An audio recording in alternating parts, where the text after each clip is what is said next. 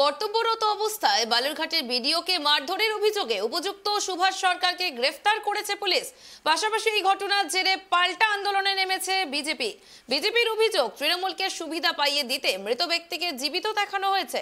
এছাড়াও বালুরঘাটের বিডিও ও বালুরঘাট থানার আইসি নিজেদের ক্ষমতার বলে বিজেপির পঞ্চায়েত সদস্যদের ওপর অশালীন ভাষার প্রয়োগ করে এবং শারীরিকভাবে নির্যাতন করেছে বলে অভিযোগ বিজেপির।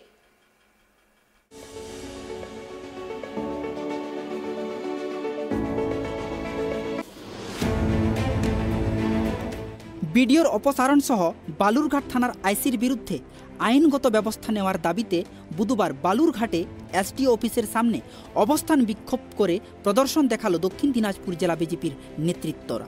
এদিন বিজেপির জেলা কার্যালয় থেকে মিছিল বের করে মহকুমা শাসকের দপ্তরের সামনে এসে অবস্থান বিক্ষোভ শুরু করে। এদিনের অবস্থান বিক্ষোভে উপস্থিত ছিলেন বিজেপির জেলা সভাপতি স্বরূপ চৌধুরী, প্রাক্তন জেলা সভাপতি শুভেন্দু সরকার, বিজেপির জেলা সাধারণ সম্পাদক বাপি সরকার, বালুরঘাট টাউন সভাপতি সমীর প্রসাদ দত্ত সহ অন্যান্য নেতৃত্বরা। আমাদের পার্শ্ববর্তী যে ডাঙ্গা পঞ্চায়েত, সেখানে 19 জনের মধ্যে 10 জন ভারতীয় জনতা পার্টির মেম্বার থাকার পরও সেখানে অনাস্থা হয়। অনাস্থা চলাকালীন কিন্তু আমাদের যারা মেম্বার আছে, বিশেষ করে এসটি মহিলা মেম্বার, আর তাদেরকে সেই জায়গায় হানি করা হয়, তাদের উপর অত্যাচার হয় ওই জায়গাতে। তাই এই ঘটনার পরিপ্রেক্ষিতে যখন বিডিও অফিসে আর সামনে মেম্বাররা যায়, সেখানে একটা ইনসিডেন্ট ঘটে। বিডিওর ওপর একটা ওখানে বিডিওকে আঘাত করার একটা ঘটনা ঘটেছে। এই ঘটনায় আমরা নিন্দা জানাই ঠিকই, কিন্তু তার পাশাপাশি আগে দেখতে হবে ঘটনার সূত্রপাতটা কোন জায়গায়। দীর্ঘদিন ধরে এই বালুরঘাট ব্লকে বিডিও তৃণমূলের দালাল হিসাবে কাজ করছে। অ্যাকচুয়ালি এখানে আমাদের পঞ্চায়েতের সংখ্যাগরিষ্ঠতা থাকার পরও সেখানে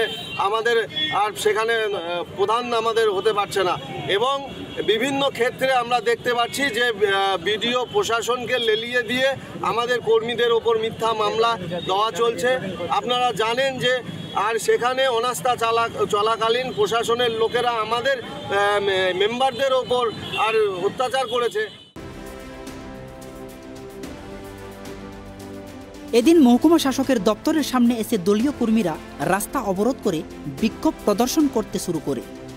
এদিনের অবস্থান বিক্ষোভ কর্মসূচিকে সামনে রেখে অপ্রীতিকর ঘটনা এড়াতে বিশাল পুলিশ বাহিনী মোতায়েন করা হয় বালুরঘাট জেলা প্রশাসনিক ভবনের চত্বরে। বিজেপির পক্ষ থেকে জানা যায়, তাদের দাবি যতক্ষণ না বালুরঘাটের বিডিওকে অপসারণ করা হচ্ছে এবং আইসির বিরুদ্ধে আইনগত ব্যবস্থা নেওয়া হচ্ছে, ততক্ষণ পর্যন্ত তাদের এই আন্দোলন চলবেই।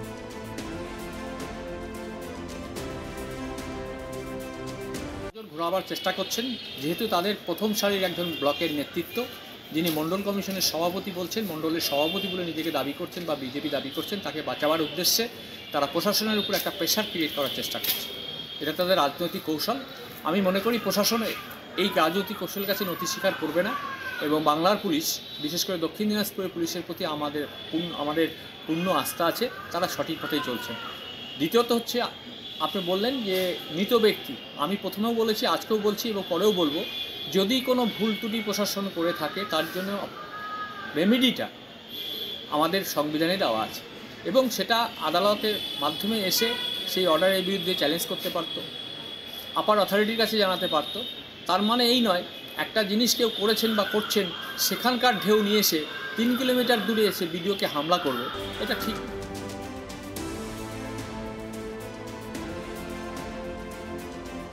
মূলত অনাস্থা প্রস্তাবের মাধ্যমে বোর্ড দখলকে কেন্দ্র করে বিডিওর উপর চড়া হয়েছিল বিজেপির সদস্যরা। তাদের অভিযোগ, অনাস্থা প্রস্তাবে মৃত ব্যক্তিকে জীবিত দেখিয়ে তৃণমূলকে সাহায্য করেছিল বিডিও, আর তারই পরিপ্রেক্ষিতে বিডিওর উপর চড়া হয়েছিল বিজেপির নেতৃত্বরা। বালুরঘাট থেকে সন্ত দাসের রিপোর্ট, ট্রাইব টিভি।